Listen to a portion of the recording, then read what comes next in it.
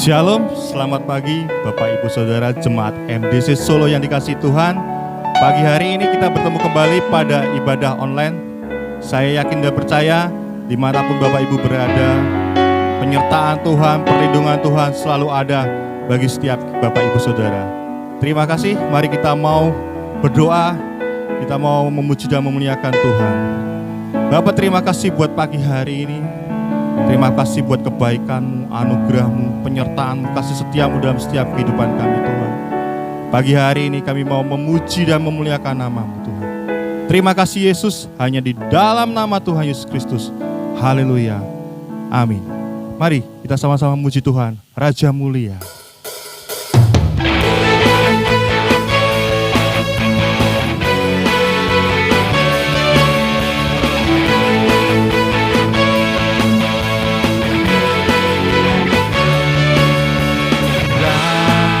Jambuli Allah pemenang, Bapa yang kekal, berkuasa selamanya. Segala cinta sujud menyembah bagi yang mulia, berkuasa selamanya. Oh, Kaulah Tuhan, Kaulah Raja, surga bumi menyembah, sorak-sorai kemenangan bagi Raja mulia, kemuliaan bagi Allah yang berkuasa selamanya. Segala ciptaan, segala ciptaan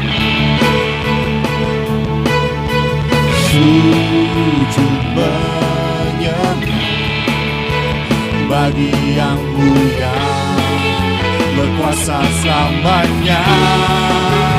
Oh, Kaulah Tuhan, Kaulah Raja, surga bumi menyembah, sorak-sorai kemenangan bagi Raja mulia, kemuliaan bagi Allah yang berkuasa selamanya. Kaulah Tuhan, Kaulah Tuhan, Kaulah Raja, surga bumi menyembah, sorak-sorai kemenangan bagi Raja mulia, kemuliaan bagi Allah yang berkuasa selamanya. Engkaulah Raja, Engkaulah Raja, Yesuslah Raja. Haleluya, terpujilah nama-Mu Tuhan. Yesus Raja di atas segala raja. Haleluya, haleluya. Terima kasih Tuhan. Kami ucap syukur dan bersyukur Tuhan Yesus buat segala kebaikan Tuhan. Biarlah setiap hari-hari yang kami lalui Tuhan, kami selalu mengandalkan Engkau Tuhan Yesus. Terima kasih Bapa, terima kasih. Oh haleluya.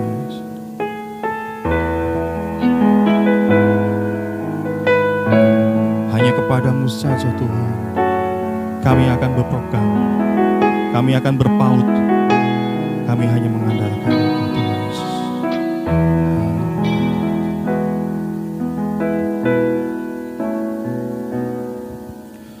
Ku rindu setiap waktu hidupi kebenaran, bukan dengan kuatku, namun karena Roh-Mu. Yesus Kau yang ku pegang teguh.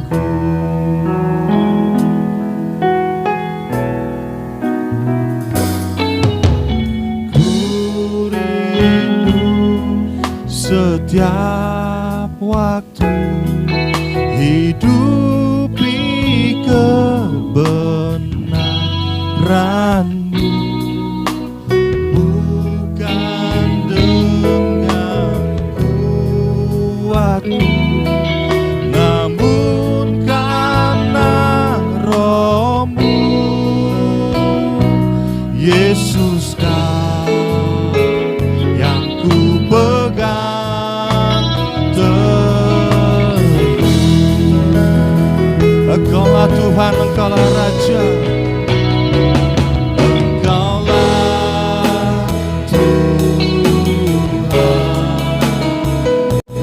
Tuhan, Engkaulah Raja, berdaulat atas hidupku, ku berserah penuh. Engkaulah Tuhan, Engkau Raja, berdaulat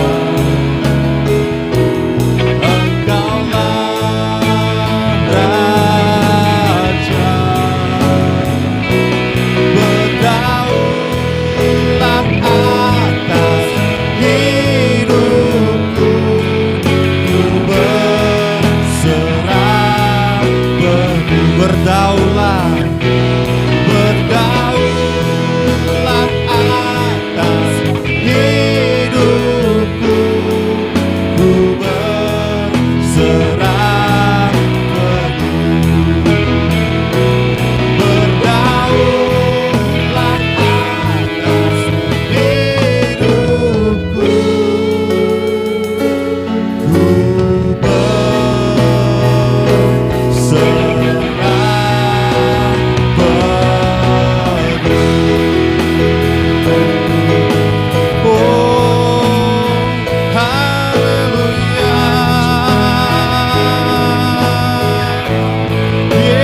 Kau yang berdaulat atas hidup kami Tuhan, hanya Kau saja.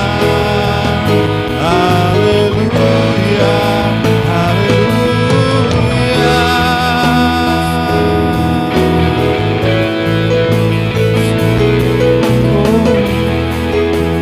Terima kasih Tuhan, terima kasih buat kebaikan-Mu dalam setiap kehidupan kami. Biarlah hanya Engkau saja Yesus yang berdaulat atas hidup kami. Sebentar kami akan mendengarkan firman-Mu Tuhan. Engkau urapi hamba-Mu yang menyampaikan firman-Mu. Nyatakan isi hati-Mu Tuhan. Nyatakan kehendak-Mu bagi setiap kami jemaat-Mu. Terima kasih Tuhan. Hanya di dalam nama Tuhan Yesus Kristus kami mengucap syukur dan berdoa. Haleluya. Amin.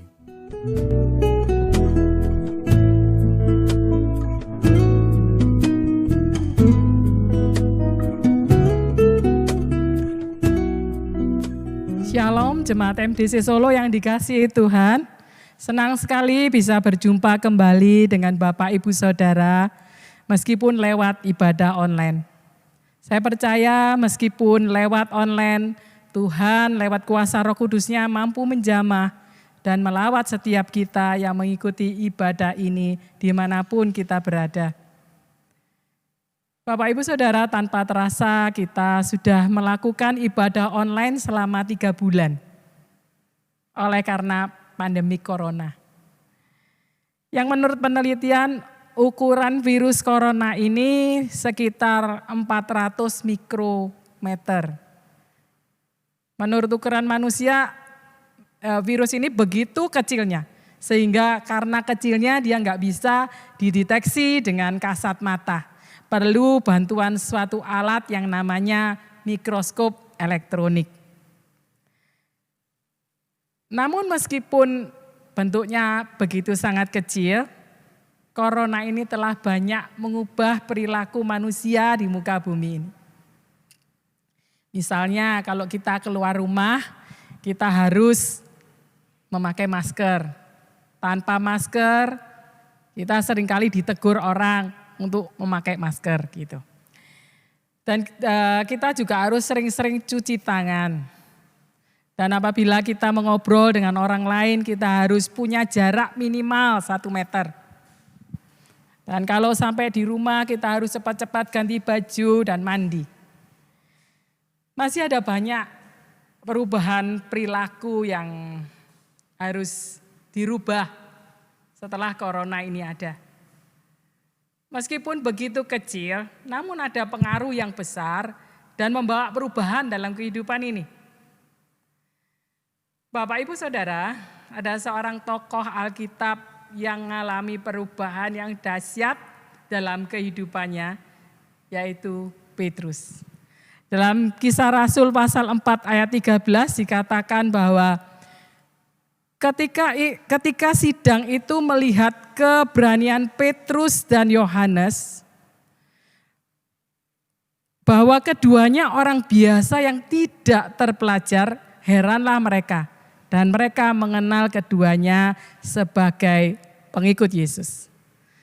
Bapak, Ibu, Saudara, kita melihat bagaimana di sini Petrus dan Yohanes yang hanya seorang yang tidak terpelajar, pekerjaan mereka hanyalah seorang nelayan, tetapi dengan penuh keberanian mereka bisa berkhotbah, mereka bisa menyampaikan Injil itu. Kita melihat bagaimana kehidupan Petrus sebelumnya.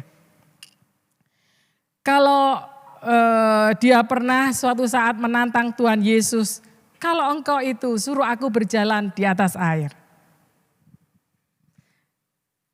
Bapak, Ibu, Saudara, sesungguhnya hidup Petrus adalah seorang yang penuh dengan ketakutan. Dan yang kedua, Petrus yang pernah berkata, sekalipun aku harus mati bersama-sama dengan engkau, aku tidak akan menyangkal engkau. Akhirnya suatu saat ketika ada seorang hamba perempuan, imam besar, berkata bahwa dia yang selalu bersama dengan Yesus. Petrus menyangkal. Petrus yang dengan keberanian mengajak teman-temannya untuk kembali mencari ikan di laut. Namun sesungguhnya dalam dasar hatinya yang paling dalam tersimpan satu frustasi yang mendalam, yang meragukan akan masa depannya. Bapak, Ibu, Saudara yang dikasihi Tuhan, sesungguhnya kehidupan Petrus ini tidak ada bedanya dengan kehidupan kita. Sepertinya kita tampil berani, kita bisa berhadapan dengan orang-orang, kita bisa berkhotbah, kita bisa melakukan segala sesuatu, tetapi sesungguhnya dalam dasar hati kita yang paling dalam ada satu kekhawatiran, ada satu kecemasan dalam menghadapi kehidupan ini. Sesungguhnya apa yang membuat atau menjadikan kehidupan Petrus begitu mengalami perubahan yang begitu drastis. Dari seorang yang penakut menjadi seorang yang begitu berani secara radikal. Seolah-olah seperti seorang David Parker dalam sebuah film yang di Spider-Man, kisah fiktif. David Parker sebelumnya seorang yang sering dibully oleh teman-temannya karena tergolong orang yang lemah, tidak berdaya, tidak mampu melawan gitu. Namun setelah dia mendapat sengat dari laba-laba yang beradioaktif, membuat dirinya begitu berani dan memiliki kemampuan supranatural yang tidak dimiliki oleh kebanyakan orang, yaitu melompat ke sana kemari melewati bangunan yang tinggi. Bapak, Ibu, Saudara, kira-kira apa yang menyengat Petrus sehingga dia begitu mengalami perubahan yang luar biasa? Tidak lain dan tidak bukan adalah karena kuasa Roh Kudus yang ada dalam hidupnya. Karena kuasa Roh Kudus yang memenuhi kehidupannya sehingga Petrus mengalami perubahan yang begitu drastis. Dikatakan dalam Kisah Rasul pasal 2 ayat yang keempat. Maka penuhlah Roh Kudus, lalu mereka berkata-kata dengan bahasa lain. Kali ini kita tidak membahas tentang bagaimana murid-murid dan Petrus berkata-kata dengan bahasa lain. Tetapi perubahan yang begitu luar biasa ketika mereka dipenuhi oleh kuasa Roh Kudus. Kita bisa melihat bagaimana karya Roh Kudus yang membawa perubahan yang begitu besar dalam kehidupan Petrus dan murid-murid yang lain. Ada satu keberanian dalam hidup Petrus ketika dia mengalami kepenuhan Roh Kudus. Dalam Kisah pasal yang keempat ayat 8 dikatakan, maka jawab Petrus, penuh dengan Roh Kudus, hai pemimpin-pemimpin umat dan tua-tua. Kita bisa melihat seorang Petrus yang dulunya ditegur oleh seorang hamba perempuan imam besar. Dia begitu ketakutan, dia melarikan diri. Tetapi Petrus yang sudah dipenuhi oleh Roh Kudus itu, Petrus yang mengalami Roh Kudus, dia begitu berubah drastis. Dia dengan berani berkata-kata di hadapan mahkamah agama. Petrus yang ketika Tuhan Yesus ditangkap di Taman Getsemani, dia melarikan diri karena ketakutan. Tapi dengan lantang dia bisa berkata-kata kepada di depan mahkamah agama. Bapak, Ibu, Saudara, ada satu perubahan yang luar biasa ketika seseorang mengalami kuasa Roh Kudus, dipenuhi oleh kuasa Roh Kudus.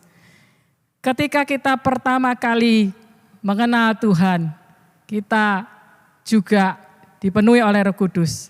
Kita hanya Roh Kuduslah yang bisa memeteraikan keselamatan dalam kehidupan kita. Tetapi perlu bagi kita untuk bertumbuh, untuk bisa terus dipenuhi oleh Roh Kudus dalam kehidupan ini. Supaya kita bisa mengalami perubahan, pembaharuan hari demi hari oleh kuasa Roh Kudus. Kuasa Roh Kuduslah yang mentransformasi kehidupan kita untuk bisa menjadi berani dalam menghadapi kehidupan ini. Bapak, Ibu, Saudara, kalau saya bisa berdiri di hadapan Bapak, Ibu, Saudara saat ini, semuanya hanya karena kuasa Roh Kudus dalam hidup saya. Kalau saya boleh bersaksi bagaimana saya dulu adalah orang yang begitu penakut. Kalau menghadapi sesuatu, saya enggak berani tampil, saya mengandalkan orang lain. Tetapi ketika Roh Kudus turun ke atas saya mengalami satu pembaharuan dalam kehidupan ini. Suatu saat saya pernah juga, meskipun sudah melayani Tuhan, tapi saya enggak pernah lepas dari rasa ketakutan gitu. Saya melayani Tuhan di sebuah pulau yang rata-rata orangnya mengenal Alkitab, bukan mengenal saja tapi hafal ayat-ayat Alkitab.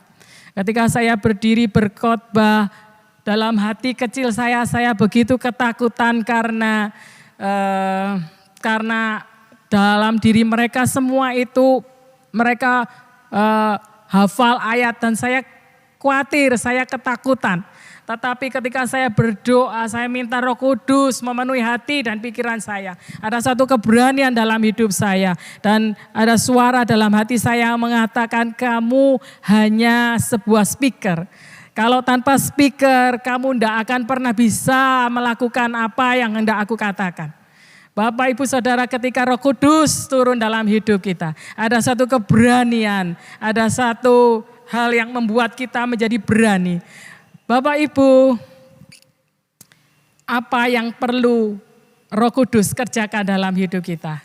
Saat-saat ini kita mengalami masa-masa yang sulit dalam hidup ini, dalam pandemik ini, dalam menghadapi corona ini. Ada banyak hal-hal yang menyulitkan kehidupan kita, penderitaan, kita tidak bisa bekerja dengan bebas, kita tidak bisa melakukan sesuatu seperti sebelum ada corona. perlu satu keberanian dalam hidup kita untuk menjalani kehidupan ini. Ada banyak orang yang ketakutan, mengalami kesulitan, putus asa dan stres. Beberapa waktu yang lalu saya mendengar ada seorang yang karena kehidupan yang begitu menekan dalam hidupnya sehingga dia harus mengalami stres dan ingin bunuh diri. Ada seorang teman yang bercerita tentang hidupnya yang penuh dengan masalah. Dia mengatakan bahwa sepertinya Tuhan itu sudah tidak mengasihi dia lagi. Di saat dia begitu tertekan, di saat dia begitu stres, suara Roh Kudus itu berbicara ke dalam hatinya. Dia ada suatu ayat yang muncul dalam pikirannya, yang mengatakan bahwa aku ini melukis engkau di telapak tanganku. Bapak Ibu, seorang teman ini mengalami keputusasaan, mengalami penderitaan yang begitu berat dan merasakan bahwa Tuhan sepertinya meninggalkan dia.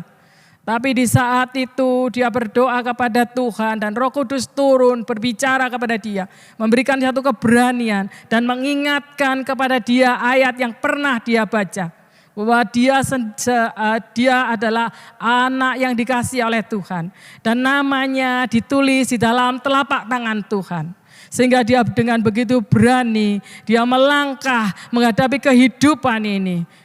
Bukan berani karena konyol, tapi berani karena tahu persis siapa yang menyertai hidupnya. Roh Kudus memberikan kita keberanian untuk menghadapi hidup ini. Kalau Roh Kudus mengubah Petrus yang penakut menjadi berani, apakah hidup kita juga penuh dengan Roh Kudus sehingga kita berani menghadapi kehidupan ini? Apapun yang jadi permasalahan hidup kita, mari kita minta Roh Kudus untuk memenuhi hati dan pikiran kita. Ada satu keberanian dalam hidup ini. Yang kedua, Bapak Ibu Saudara, ketika Roh Kudus turun dalam hidup para murid dan Petrus. Petrus dengan luar biasa bisa berkhotbah. Kalau kita pikir secara logika, Petrus adalah seorang nelayan. Tidak mempunyai satu latar belakang teologi yang luar biasa. Tetapi ketika dia berkhotbah, ada hikmat Tuhan yang turun karena kuasa Roh Kudus yang menyertai dia. Hikmat Tuhan yang dikarenakan oleh Roh Kudus dalam hidupnya. Membuat Petrus bisa berkhotbah secara sistematis. Menjelaskan kitab Yoel. Menjelaskan bagaimana Tuhan Yesus itu sebenarnya. Dengan lantang dia berkhotbah karena hikmat pengurapan dari Roh Kudus. Tanpa hikmat dan pengurapan yang dari Roh Kudus, mustahil Petrus bisa berkhotbah secara demikian. Itu bukan kuat dan gagah dari Petrus, tetapi Roh Kudus yang memberikan pengurapan kepada Petrus. Bapak Ibu Saudara, setiap kita perlu untuk mendapatkan hikmat dari Tuhan. Kalau saat-saat ini ada banyak orang yang mengalami PHK. Namun saya bersyukur karena beberapa waktu yang lalu ada satu kesaksian dari seorang jemaat teman-teman kita bahwa ketika dalam keadaan terpuruk, ketika dalam kesulitan ekonomi, dia tidak lari dari Tuhan, tapi semakin mendekatkan diri kepada Tuhan, minta tuntunan Roh Kudus, dan Roh Kudus memberikan hikmat bagi mereka sehingga mereka bisa membuka usaha-usaha yang baru untuk bisa melanjutkan kehidupan ini. Bapak Ibu Saudara, apapun yang kita alami, kalau Tuhan bisa mentransformasi kehidupan Petrus yang dulunya penakut, hidup yang bisa on off gitu ya, bisa sebentar berani, sebentar takut dan lain sebagainya. Tetapi ketika Roh Kudus turun dalam hidupnya, Petrus dirubah 180 derajat. Bagaimana dengan hidup kita? Apakah hidup kita juga penuh dengan Roh Kudus? Bapak Ibu Saudara, kita menerima Tuhan Yesus sebagai juru selamat, bukan langsung masuk ke surga, tetapi ada kehidupan yang ada dalam dunia ini yang harus kita jalani. Tanpa kuasa Roh Kudus, kita tidak akan pernah mampu menjalani kehidupan ini. Roh Kudus yang memampukan kita untuk menjalani kehidupan ini. Berani menjalani kehidupan ini. Dan juga penuh hikmat untuk melakukan apa yang harus kita lakukan. Ada banyak hal yang perlu dirubah dalam hidup kita. Kita yang dulunya mungkin penakut, tidak bisa menguasai diri, terus berubah-ubah dalam kehidupan ini. Ada seorang teman kontak yang cerita bagaimana dia ini hidupnya kok sebentar imannya on, sebentarnya imannya juga lemah. Saya percaya ketika kita penuh dengan Roh Kudus, maka kita akan kuat dalam iman kita. Kita berani menghadapi kehidupan ini penuh dengan iman. Seperti Barnabas ya, seorang yang dikatakan dia seorang yang baik, penuh Roh Kudus dan iman. Kalau orang penuh Roh Kudus, mana ada keberanian, ada hikmat dari Tuhan untuk bisa menjalani kehidupan ini dengan penuh semangat. Saya percaya ketika kita hidup penuh dengan Roh Kudus, selalu dipimpin oleh Roh Kudus, maka hidup kita ini bisa menjadi dampak bagi sekitar kita. Hidup kita bisa mengalami transformasi dan jadi berkat bagi sekeliling kita. Amin. Tuhan Yesus memberkati dan tetap semangat.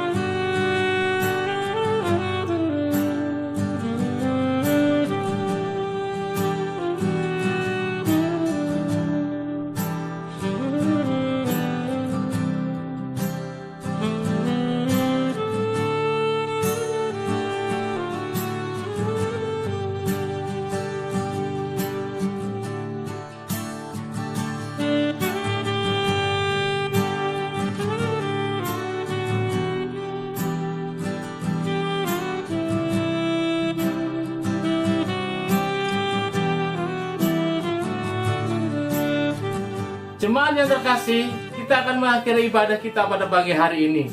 Tentunya berkat yang luar biasa yang saudara sudah terima melalui firman Tuhan dan pujian penyembahan. Mari kita akan mengakhirinya dengan doa berkat. Bapa kami yang di surga, kami mengucap syukur kepadamu ya Tuhan dan berterima kasih jika kami pada pagi hari ini bisa melaksanakan ibadah secara online di tempat kami masing-masing. Semua karena anugerah Tuhan dan berkatnya luar biasa yang sudah kami terima. Biar itu menjadi pegangan hidup kami dan kami lakukan di dalam setiap kehidupan kami sehari-hari. Biarlah perlindungan, penyertaan Tuhan senantiasa menyertai kehidupan kami. Yang sakit hari ini Tuhan sembuhkan, Tuhan pulihkan. Oleh bilur-bilur-Mu kami sembuh dalam nama Tuhan Yesus Kristus. Terima kasih Tuhan.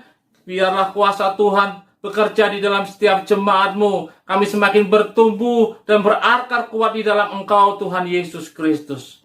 Hanya nama-Mu yang kami tinggikan dan kami muliakan dengan segenap hidup kami, kekuatan kami, akal budi kami, jiwa kami Tuhan. Terima kasih Tuhan Yesus Kristus. Saudara, terimalah berkat daripada Allah Bapa, kasih daripada Tuhan Yesus, serta persekutuan daripada Roh Kudus memberkati kehidupan saudara secara melimpah. Diberkatilah keluargamu, pendidikanmu, usahamu, bisnis pekerjaanmu diberkati oleh Tuhan. Keluargamu diberkati oleh Tuhan sampai kedatangannya yang kedua kalinya. Di dalam nama Tuhan Yesus Kristus, haleluya, amin. Tuhan memberkati kehidupan saudara. Salam pembuat murid.